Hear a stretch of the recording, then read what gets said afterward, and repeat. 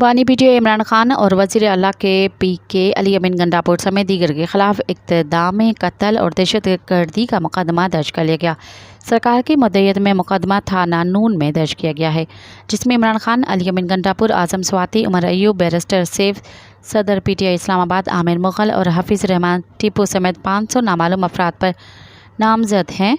मुकदमे में इक़्तिदाम कत्ल, इंसदाद दहशतगर्दी एक्ट, जलाओ घिराव, रियासत पर हमला और पुलिस एहलकारों पर तशद्दुद समेत संगीन दफ़ात शामिल की गई हैं।